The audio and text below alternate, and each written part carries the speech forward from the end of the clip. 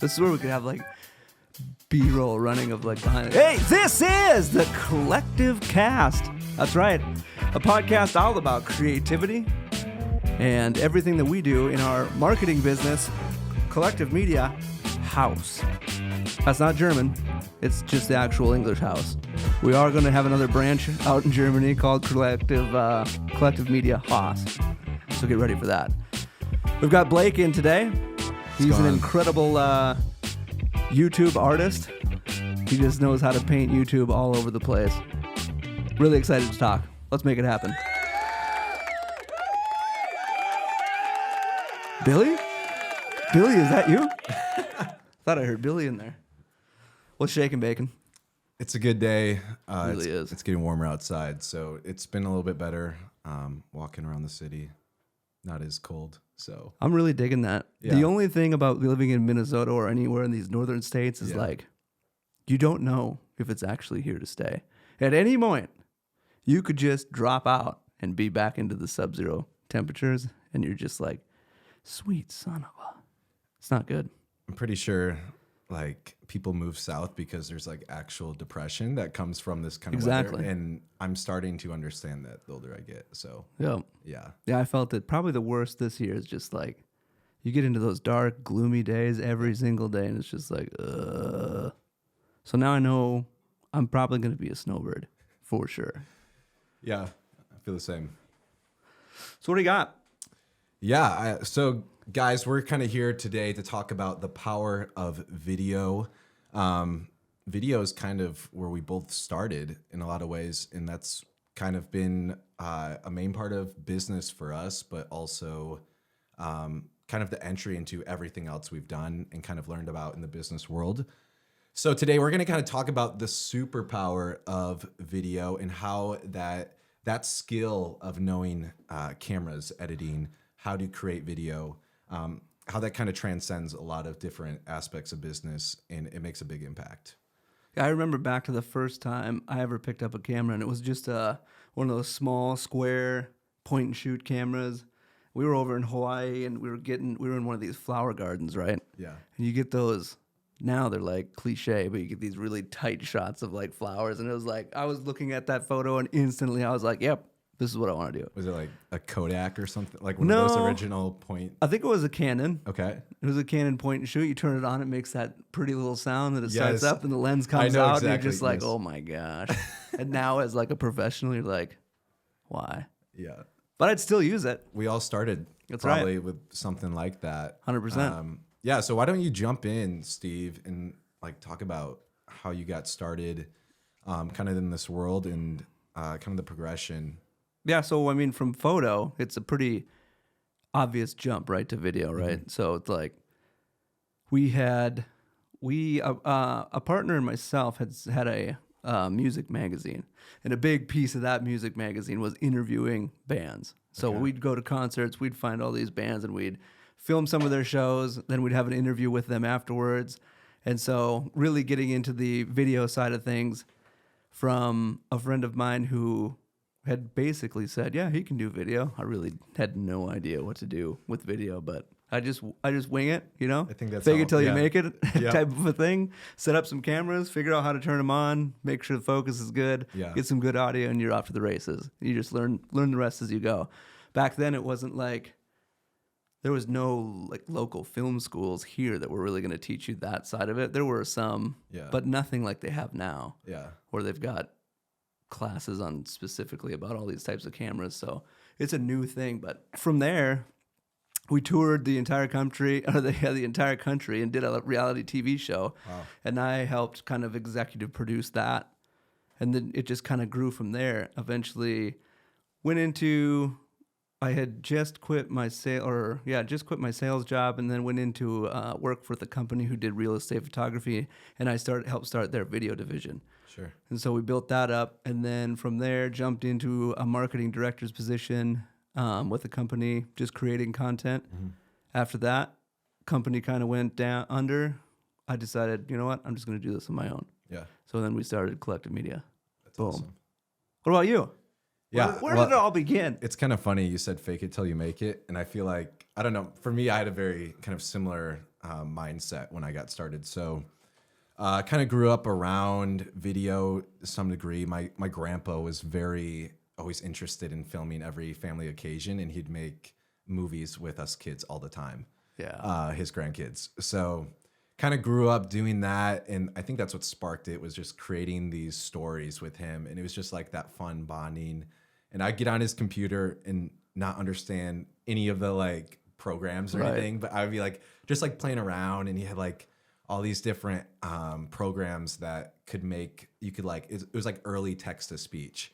So you could sure. like animate people's faces or put it on like a dog or something like that and make the dog speak. And I think I just my family's not a very artistic family, but my grandpa is definitely the most artistic of us all. Sure.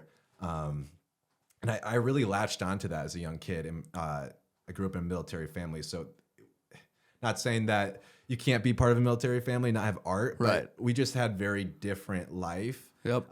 So I was just getting this experience through him that ultimately kind of led me to get interested in kind of cameras and capturing things. And my cousin was getting married. I was probably around 15, and I had kind of played with a little video stuff for school. Always kind of thought it was cool. And I'm just like, yo, can I film your wedding? And she's like, yeah, we're not planning on having anyone, there. And so I was like, all right, let's do it. And I had a Canon SL2. Ooh. I think it's the newer, the T6, and then this Right. was like the new version of the T6. Nice. So this was probably like 2015, 2016, and I had just bought it for like $700, and I'm like, okay, I'm gonna do this, and if anything else, it'll just be kind of cool to have a camera. I don't know. That was kind of my thought, and I did it. And this was weird too. I bought a drone for this one day. Wow. I bought it like a Phantom 3. Dang. Like right. a Phantom 3 4K, and I was just like, You're the ultimate faking it till I you know. make I was it. like, I don't know what my logic was. I was like entrepreneurial at the time, but I didn't really discover business yet. Sure. So I was just like, I don't know. I just had this like desire to just try it. And I think at that time, I'm trying to remember the timeline, but I was interested in starting like a drone business, because this is like right when drones were becoming a Right. thing. And I'm like, I feel like you could make a lot of money with like a drone business. And so that was my I think that's why I actually had the Phantom 3. And then I bought the camera after, looking back. Anyways, so I make this wedding video, and honestly, I think a lot of people look back at their like first videos and they're Right. like, dang, that was a trash video. Exactly. I think in a lot of ways, I would say that it's trash, obviously, compared to like what we do now. Yep. But like for a first video, I still look back and I'm like, dang, that's like, it's not trash. Right. Like, not total Yeah, trash. yeah. Like I had this giant, it was probably for like movie quality cameras, tripod that I borrowed from my youth pastor. He got it for free from someone. And when I tell you, it was huge. It was like a foot wide head on top. So if you can imagine this, like, no joke, 20-pound plus tripod with a tiny little plastic Canon SL2 on top. I was running around with that Yep. and a rubber band to pull the fluid head. I always saw this trick. Oh, sure. You get what I'm saying? Yeah. And then a giant Phantom 3, and that's kind of what got me into it. And then Dang. it was started a little wedding video business. Probably did like 10 plus weddings. Got better each time. Upgraded gear along the way, and then that naturally kind of progressed me into being interested in business. Dang. Going further. Yeah, That's legit. Yeah, I was trying, just when you were talking about your first camera, I remember my first one being the Nikon D90, which was the first DSLR that could actually shoot video. dang. And it was only at 720. And it was shortly after that Canon released the 5D Mark II. And then DSLR video just blew up after that. Yeah. It was crazy to, like, I still have that camera. Like, looking back at that camera and like flipping it on and trying to figure out how to run it, I'm like, wow, we've come a long way. It's very different. Yeah. And And it's different too how even the workflow through everything is Right. like everything's so much faster than it was back then. I mean, they were just coming into like digital video workflows and different things like that. what editing platform did you start on? I started on Final Cut. Oh wow. Yeah. We had I had purchased See, back before all the, or like in the transition, or as I was building up my photo video gear, I was also into music. Like I had gone Right. to school to get my production and recording engineering degree in that.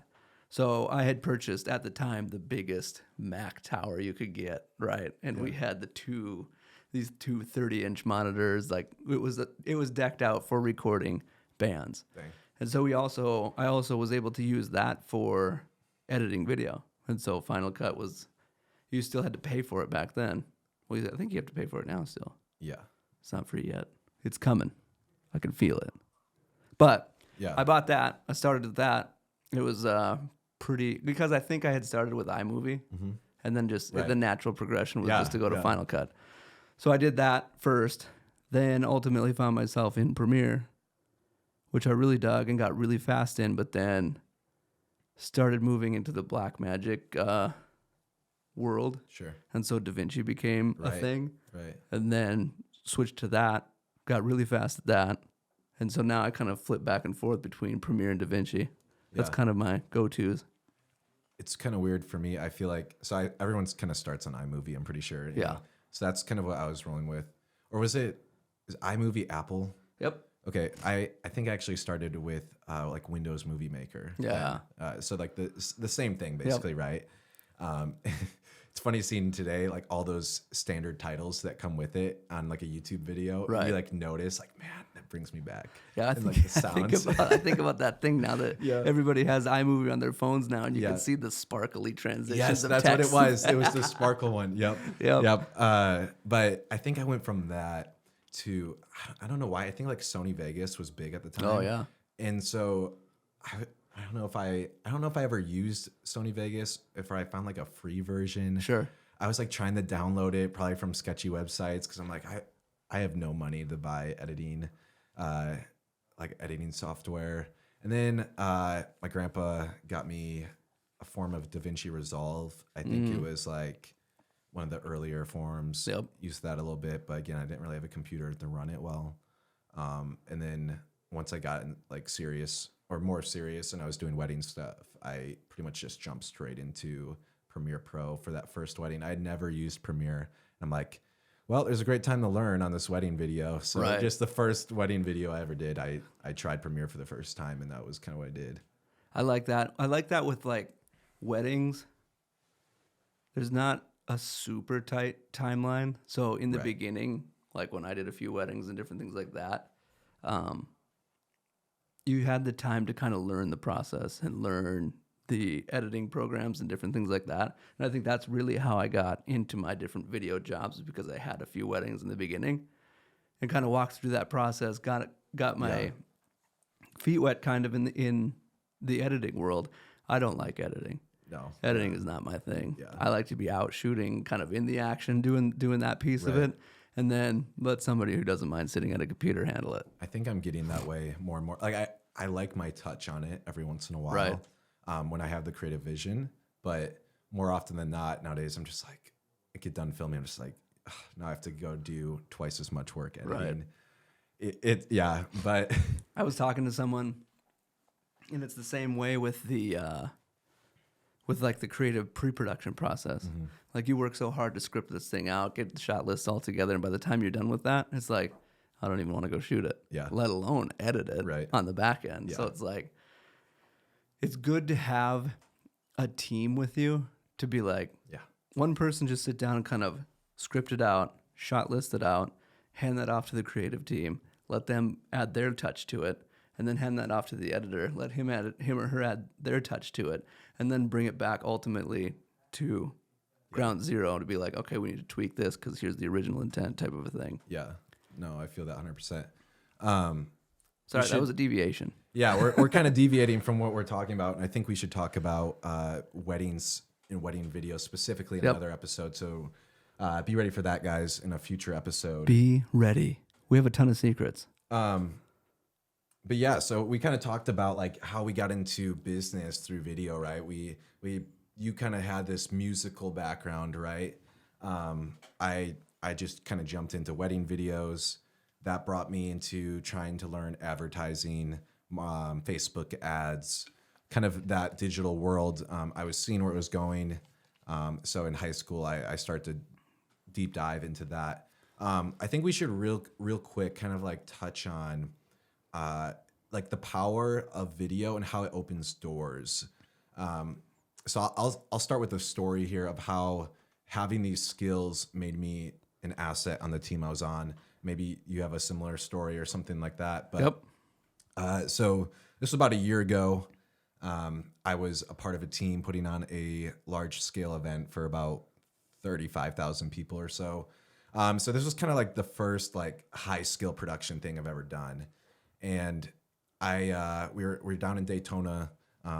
It was basically like a welcome home event for Vietnam veterans, trying to bring them healing and hope, kind of a thing. Yep. And so we had some top level country artists like Toby Keith, Justin Moore, a couple other people. And I brought my camera with me because I'm just kind of that guy, right? You know, Always have it with you. You always need to bring it with you. And it just so happened that the media team that was hired, a lot of their flights got delayed. Oh, wow. They missed an entire day of production. Only one guy was there. And then the days leading up to the actual event, they needed people to capture content to post out and, you know, get the hype going for those people coming in. And so the cool thing is, you know, I brought my camera and they're like, man, we need someone to go into this Vietnam era Huey helicopter. Dang. Yeah, we got these VIP donors, and we need to give them this experience because they're the ones that are kind of funding this, right? Yeah. So they're trying to give them this like exclusive experience. So like we're taking them up in this helicopter, but we need someone to capture content. And like I just like kind of casually like took my A7 III, like set it on the table during this meeting. It's just like sitting right there, you know, just in case, because I was like, oh, I should get behind the scenes stuff. And they're like, oh, I see that Sony over there. And they're like, Blake, you want to go up in a helicopter? I'm like, yes, I do. That's perfect. So I realized with this team, I was a marketing guy in the team, but we needed someone to run video, and with the people being delayed, like pretty soon I got to go up in that helicopter. Freaking awesome experience. Right. And then following that, they're like, hey, we need someone to go into the pit. You know, like the pit of a performance, right? It's like right below the stage. They're like, go capture some content of Toby Keith and other singers. And I'm like, fire. Toby Keith's my favorite country singer. Let's I go. will gladly go up there. Yep. So, like as I probably do a little less hands-on video stuff nowadays, and I do more strategy and marketing related activities, like video is still something that I use so frequently, all the time. Yeah. So I mean, you even think about on the business side nowadays, like especially within the last 2 or 3 years, how important video has become for advertising. Yeah. Like nowadays, if you're scrolling through social media, you don't stop much for photos, but when a video hits, you stop. And if it's created correctly and has that hook and brings you in, Right. you're stopping for video. 100%. Like video has become so important, and really short form video has become a really big thing for everybody because everybody's attention span is so short. So it's like really trying to develop that craft of how do you develop a short story format that's still going to be impactful, right? Yeah. How do you develop that and take what normally you would do in 10 to 15 minutes and squish it into 60 seconds? Right. That's hard. And I think like people see through like the bull crap of like people trying to advertise to them. Right. Like I think the consumers become so smart. Especially now. Right. Like people see the fake promotional things, like the unauthentic pieces of content. But video really allows a company to show their authentic self, right? Yep. They can create a story. And I think that's like and that's what branding is. That's what advertising is you are leading someone on a story. And whether your product is the solution to the story or whatever it may be, you're bringing someone on a journey. And that's what you do with a video. Yep. And it's so like, yeah, I got into photography to tell the same type of story, but you only get one image to do it. Right. With this, you get anywhere from 24 to 120 every minute. Yeah. to tell that story. And there's just so much more. It's so much more immersive, and you're able to really lead somebody exactly the way you want to be led. Yeah. Or you want them to be led, because a photo can be interpreted so many different ways. But Mm. if you do a video right, you can lead them right to the goal that you want them to obviously attain. Yeah, no, I mean, I still give credit, and I think you would too, to like anyone that is like photos still needed. Oh, right? yeah. Not everything 100%. can be videoed, videofied. I don't know. Right. So like, there's still people creating great content with just pictures, and Yep. that's starting to almost become a skill that is super hard to like do well, right? Right. Create emotion with a picture that tells us a complete story Yep. for someone to understand. That's really hard. Because everyone's got a camera in their Right, pocket now, so right. they all think they're photographers. They go take Exactly. a picture. Right. There's such a flood of content. Yeah. How do we, tell a How do you stand out above that? exactly. Yeah. But with a video, the dynamicness, right, of having audio, having Yep. sound effects, visual effect, all those things, right? Right. To tell your story.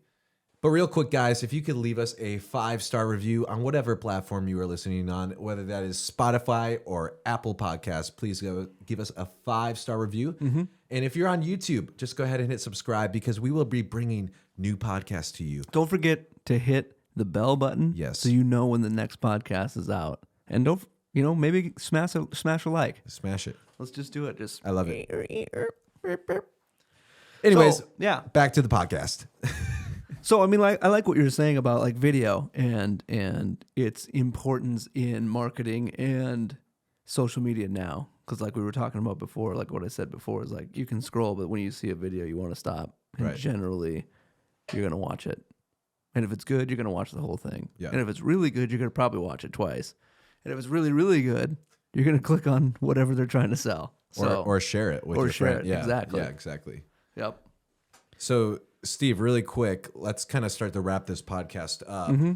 But let's say there's someone out there that either wants to start maybe learning a little bit about video themselves, maybe step into this, maybe learn the basics, or maybe there's someone out there, and we can talk about this after, that's like, hey, I don't have the time. I realize that video is important, but I don't have the time or the ability to do this. What should I do? So maybe if we could talk through those two things. Yeah. So I mean, if you're a person that's wanting to get into video and you're excited about trying some things, the one big thing I would not fall into is the comparison game. You see all these people on YouTube with the big cameras doing the fancy things. It's like you have a camera in your pocket. Right. It's like use that to start creating creative compositions. Really get composition down. That's the first big thing that I learned is like composition can tell so much of the story if you compose a shot correctly. Right. And it can wreck a story. And so you can do that with your phone. You can create compositions with your phone. And so I know it's cliche, and I know everybody has said this, but you can start with what you've got. And most people have the phone. Yeah. And so that's where I'd begin.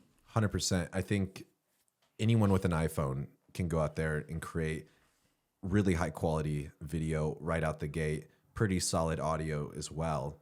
And edit it. And edit it right off your phone. So definitely start there and work your way up. Yep. And then, I mean, if you're a business, and maybe you don't have the time, but you might have a little bit of a budget. Go, if you don't have a budget for a giant agency to come in and do a big, giant $25,000, $30,000 video ad campaign for you, I guarantee there are so many small startup companies that are just itching to have a project to work on for a company, and they'll do it at cost generally, or just slightly above cost, just to get their hands on something, hands on a product, so that they can create, so that they can start putting themselves out there and showing people what they're made out of. Right. Yeah. And one more note for people that would be starting on the iPhone, for instance, it's really about the idea, and it's the storytelling, right? Like some of the biggest YouTubers still use an iPhone. Some of the best videos that we interact with, it's just about the story. I was just watching one before we started this podcast. It's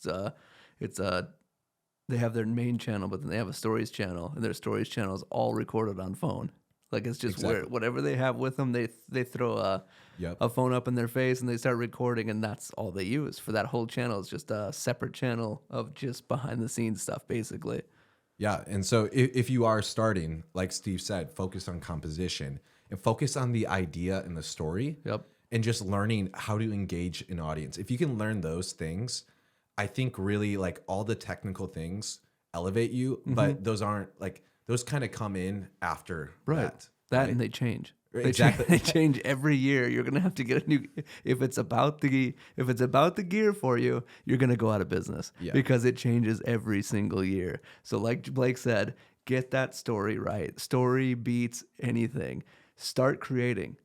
Don't let the excuses keep you from making something happen. I don't have the right camera. I don't have the right room. I don't like all these excuses. It's just do it. Just start creating.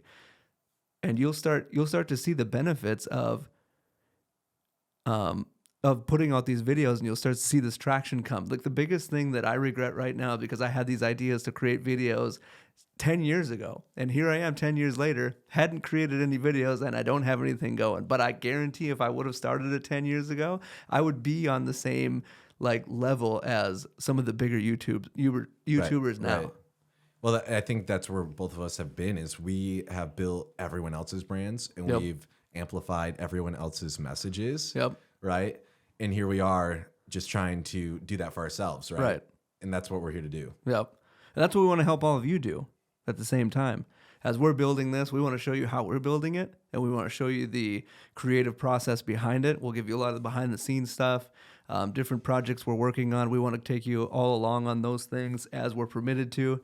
And so you're learning what we're learning and learning what we already have learned. Like we've been through some things, we've learned some things, and so we want to show that to our audience and help them grow as well. Yeah, and if you are a business and you go, hey, I just don't have the time to invest myself into learning these skills. Maybe I'm running a business, I'm a CMO, I'm a CEO, whatever it may be.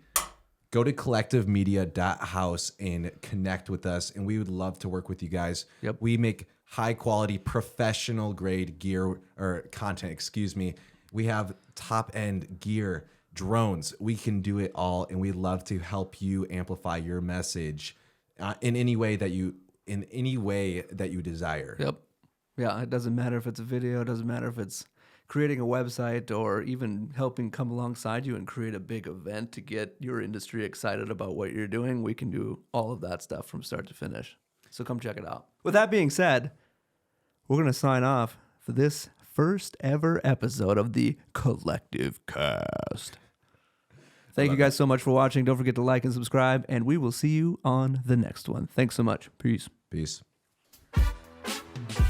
This is the Creative Cast, and we keep losing our screen. It's just incredible. Collective Cast. Starting over again.